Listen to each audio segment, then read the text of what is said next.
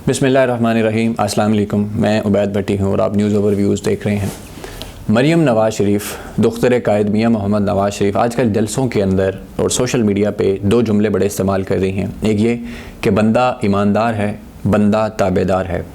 अब उनकी जो पहला जुमला है बंदा ईमानदार है, उससे तो बहुत सारी अवाम मुत्तफ़िक है और सुप्रीम कोर्ट ने भी बाकायदा कहा है कि बंदा ईमानदार है, यानी वो इमरान खान के बारे में बात कर रही थी। इसके अलावा उन्होंने कहा कि बंदा ताबेदार है, तो ये बात बेसिकली वो अपने वालिद मोहतरम के बारे में कर रही हैं। मियाँ मोहम्मद नवाज़ शरीफ किस तरह से ताबेदार बंदे थे, उसके हवाले से एक छोटी सी टाइम लाइन है हिस्ट्री की, वो मैं आपके सामने रख देता हूँ। लेकिन साथ ये वाज़े कर देना चाहता हूँ कि उनके मामले में बंदा ईमानदार है ये नहीं कहा जा सकता, क्योंकि बंदा बेईमान था। मैं आपको अभी बताता हूँ कि किस तरह से 1981 के अंदर नवाज़ शरीफ सियासत में आने की ट्राई कर रहे थे। 1981 के अंदर उनका जैकपॉट लगा और उस वक़्त की जो फ़ौजी हुकूमत थी उनको नवाज़ शरीफ साहब पसंद आए, तो पंजाब एडवाइज़री कौंसिल के अंदर उनको जगह मिल गई। अब उसमें जब पहुंच गए, वजारत ख़जाना मिल गई, मौजे करते रहे, तो बंदा बेईमान था। ब्रीफ केस देकर जिस तरह पहुंचा, आबदा हुसैन ने अपनी किताब में लिखा है कि किस तरह गवर्नर हाउस के बाहर नवाज़ शरीफ ब्रीफ केस लेके फिरते थे। मैंने देखा कि ये नौजवान किधर फिर रहा है, और कुछ दिन बाद मैंने देखा कि वो तो काबीना के अंदर बैठा हुआ है। बंदा बेईमान था लेकिन बंदा ताबेदार था, इसलिए जनरल जिलानी की वो जो काबीना थी उसके अंदर घुस गए। फिर उस वक़्त के जो चीफ़ ऑफ जनरल स्टाफ थे उनके साथ इनकी बहुत बनती थी। फिर उसके अलावा ज़ियाउल हक़ के साथ इनकी बहुत बनती थी। इनके वालिद मियाँ शरीफ इनको लेके गए, उनसे मुलाकात हुई। उन्होंने कहा कि जी ये भोला, वैसे तो भोला है, कारोबार हमारा नहीं चला सकता, लेकिन ये मुल्क का कारोबार बड़ा अच्छा चला सकता है, तो आप इसको ना सियासत में भर्ती कर लीजिए। तो ज़ियाउल हक़ ने फिर इनको भर्ती कर लिया। तो बड़े अच्छे तरीके से इन्होंने 1985 तक जो है उसके अंदर खिदमात सर अंजाम दी। आप ये अंदाज़ा करें कि एक बंदा जिसने कौंसलर का इलेक्शन नहीं लड़ा, जिसकी कोई सियासी एक्टिविटी नहीं है, कोई कैंपेन नहीं, कुछ नहीं है, वो बंदा सिर्फ एक पार्टी में शामिल होता है और 81 में, एक साल के अंदर ही वो बंदा पंजाब एडवाइज़री कौंसिल में पहुंच जाता है। फिर उसके बाद 1985 में वज़ीर आला पंजाब बना दिया जाता है। फिर 1990 तक वज़ीर आला पंजाब रहे ये। 1988 में जो इलेक्शन हुए थे, बेनज़ीर वज़ीर आज़म बनी थी, तो इन्होंने जिस तरीके से खदमात अंजाम दी हुई थी ज़ियाउल हक़ के लिए, जनरल जिलानी के लिए, जिस ताबेदारी से ये सब कुछ किया हुआ था, तो ये बंदा पैराशूट से उतरा और वज़ीर आला बन गया। पंजाब जो पाकिस्तान का सबसे बड़ा आबादी के हिसाब से सूबा है। फिर उसके बाद IGI बनती है, इस्लामी जमहूरी इत्तेहाद, बेनज़ीर के ख़िलाफ़ बेनज़ीर की हुकूमत गिराने के लिए, और उसके पीछे जनरल असद दुरानी थे, उसके अलावा हमीद गुल भी शामिल थे, उसके अलावा असलम बेग और मुख्तलिफ़ लोगों के नाम इसमें आते हैं। लेकिन असद दुरानी जो हैं उन्होंने तो बाकायदा सुप्रीम कोर्ट में हलफनामा दे के ये बात तस्लीम की है कि ISI ने इन लोगों को पैसे दिए थे। वो अलग बात कि ये आज तक मानते नहीं हैं। इतने ताबेदार थे, और सियासी जमातें भी हैं जिन्होंने पैसे लिए थे। बेनज़ीर के ख़िलाफ़ इन्होंने काम किया और बेनज़ीर की हुकूमत गिरा दी, और 1990 में अपनी ताबेदारी के सिले के अंदर नवाज़ शरीफ वज़ीर आज़म पाकिस्तान बन गए। आप अंदाज़ा करें कि कितना ताबेदार था ये शख्स, कि ऐसे तो किसी को नौकरी भी नहीं मिलती कि एक बंदा BA पास हो और वह कहीं चला जाए और उसको इस लेवल की नौकरी जाते ही मिल जाए, कहें जी आप तो बहुत कमाल शख्सियत है, बड़ी काबिल शख्सियत है, बैठे हैं, और उसके बाद डायरेक्ट आपको एडवाइज़री कौंसिल और फिर CM पंजाब बना दिए हैं। फिर उसके बाद आप वज़ीर आज़म पाकिस्तान बन जाए। खैर, फिर उसके बाद ये हुकूमत चलाते रहे। इनकी पहली हुकूमत जो थी वो करप्शन चार्जेस पे बरतरफ हो गई। बेनज़ीर ज़ाहिर है वो कैसे चुप करके बैठ सकती थी।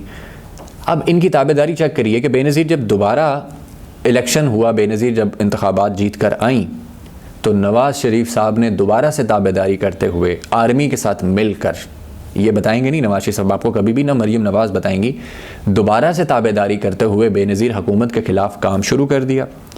1994 की बात है। हामिद मीर खुद कहते हैं, ये क्लिप मौजूद है, आप सुन सकते हैं यूट्यूब पर जाकर, कि वो कहते हैं कि चौधरी निसार और नवाज़ शरीफ ने हमें बुलाया बुरबन में, और वहाँ पर उन्होंने हमसे कहा कि कुछ दिन तक बेनज़ीर की हुकूमत जो है वो गिर जाएगी और मैं वज़ीर आज़म बन जाऊँगा। ये हैरान कि ये ऐसा कैसे हो सकता है। तो कुछ दिन बाद ही मुर्तज़ा भुट्टो कत्ल हो गए, बेनज़ीर के भाई, और बेनज़ीर की हुकूमत जो है वो गिर गई, और उसके बाद नवाज़ शरीफ फिर से हुकूमत में आ गए। अब बंदा ताबेदार था तो बंदे को पहले से पता था कि उसने सहाफ़ियों को भी बता दिया। वो अलग बात कि यही सहाफ़ी आज इसके सबसे बड़े सपोर्टर हैं और इसको मज़लूम भी साबित कर रहे हैं, इसके बारे में सब कुछ जानते हैं। लेकिन इस बंदे की ताबेदारी कमाल है कि ये बंदा 1997 के इंतखाबात में 2/3 मेजॉरिटी से जीत के दोबारा जो है वज़ीर आज़म पाकिस्तान बन गया दूसरी दफ़ा। आप इस बंदे का ट्रैक रिकॉर्ड चेक करें, 81 से चलता है, और किन किन पोस्टों से होता हुआ 1997 में दूसरी दफ़ा वज़ीर आज़म पाकिस्तान बन गया। अब 1999 के अंदर जो 12 अक्टूबर को मिलिट्री कू हुआ, उसके पीछे वजह यह है कि बंदा ताबेदार था लेकिन बंदा करप्ट भी था, करप्शन करता था बहुत सारा। 1992 के अंदर जो इन्होंने वो जो एक खसूसी एक ऑर्डिनेंस जारी किया था जिसके ज़रिए फ़ॉरेन अकाउंट्स जो थे उनको तहफ़्फ़ुज़ हासिल हुआ और तब मनी लॉन्ड्रिंग की और लंदन के फ़्लैट्स ख़रीदे।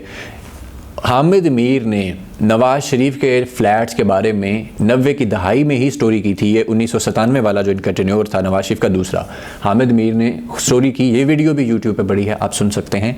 नवाज़ शरीफ ने घर बुलाकर हामिद मीर की बेइज्जती की, पहले नाश्ता करवाया, फिर उसके बाद कहा कि आप रिज़ाइन कर दें यहाँ से। तो इन्होंने कहा मैं कैसे करूँ? उन्होंने कहा ठीक है, मैं फिर आपके एडिटर को उठा के जेल में डाल दूँगा। और वही हुआ, उनको उठा लिया। तो हामिद मीर को उनकी बीवी ने कॉल की कि खुदा का वास्ता मेरे शोहर को बचाओ। तो हामिद मीर ने इस्तीफ़ा दे दिया। बंदा ईमानदार बिल्कुल भी नहीं था लेकिन ताबेदार था। अब ताबेदार ज़रूर था लेकिन उस दौरान वो पंजाबी की एक कहावत है, पता नहीं शायद यहाँ पे मौजू लगे कि नहीं, लेकिन मुझे लग रहा है कि वो बड़ी मौजू है। एक कोजा उतो बदतमीज़। नवाज़ शरीफ साहब ने बदतमीज़ी शुरू कर दी उस वक्त के आर्मी चीफ़ के साथ। पहला आर्मी चीफ़ बदल दिया, उसके साथ बन नहीं रही थी। दूसरा आर्मी चीफ़ लेकर परवेज़ मुशर्रफ, उसके साथ बदतमीज़ी शुरू कर दी। जगह जगह कोई ना कोई मसले मसाइल। अब ज़ाहिर है हर बॉस ऐसा नहीं होता कि आप उसके साथ बदतमीज़ी भी करते रहें और वो बर्दाश्त करता रहे। उन्होंने फिर इनकी हुकूमत का तख्ता उलट दिया। उसके बाद ताबेदारी थी, कमाल की थी कि मुआहदा करके सऊदी अरब 10 साल के लिए भाग गए। सारी जमात को यहीं छोड़ दिया। जावेद हाशमी जिसको बागी का जो लक़ब मिला और बड़ा उसके नाम की सियासत की गई, उसको जलील भी किया गया, वो सब जेलों में मरते रहे, सड़ते रहे। लेकिन नवाज़ शरीफ अपनी फैमिली को लेकर यहाँ से भाग गए। ताबेदारी थी और वो ताबेदारी सिर्फ यहाँ वालों की नहीं थी बल्कि सऊदीया वालों की भी थी कि उन्होंने दरमियान में पड़ के डील करवाई और इनको लेकर वहाँ से चले गए। अब उसके बाद 2008 में ये वापस आए। इलेक्शन आए जब अशफाक परवेज़ कियानी उस वक्त के आर्मी चीफ़ थे, उनकी आसिफ जरदारी गवर्नमेंट के साथ नहीं बनी। उस दौरान बड़े मसले मसाइल हुए, मेमो गेट स्कैंडल हो गया। अब बंदा ताबेदार था, बंदे ने फौरी काला कोट पहना और सुप्रीम कोर्ट पहुंच गया और वहाँ पे जाके केस कर दिया। और उसके बाद यूसुफ रज़ा गिलानी जो कि पहले वज़ीर आज़म थे पीपल्स पार्टी के 2008 की हुकूमत के, उनको नाअहल करवा दिया। और उसके बाद तकरीरें करते रहे, वो भी मौजूद हैं यूट्यूब पर, आप सुन सकते हैं कि पहले नीचे उतरो, इस्तीफ़ा दो, ये इंसानों की बस्ती है, हैवानों की बस्ती नहीं है। ये ताबेदारी थी तो इस हद तक बड़े बड़े बयानात देते रहे। और उसके बाद अशफाक परवेज़ कियानी के साथ डील की। रातों को छोटे भाइया इनके जो शहबाज शरीफ हैं, छोटे भाईजान, और साथ चौधरी निसार अली ख़ान जो इनके हर जगह पे सपोर्टर रहे हैं, इनको हर जगह बचाते रहे हैं जहाँ भी इन्होंने पंगे किए, वो जाके रातों को GHQ के गेट्स पर अशफाक परवेज़ कियानी का इंतज़ार करते थे, उनसे मुलाकातें करते थे और उनको इस बात पर कायल किया, आप हमें 2013 का इलेक्शन भारी अक्सरियत से जितवाएँ, हम आपको एक्सटेंशन दिलवाते हैं।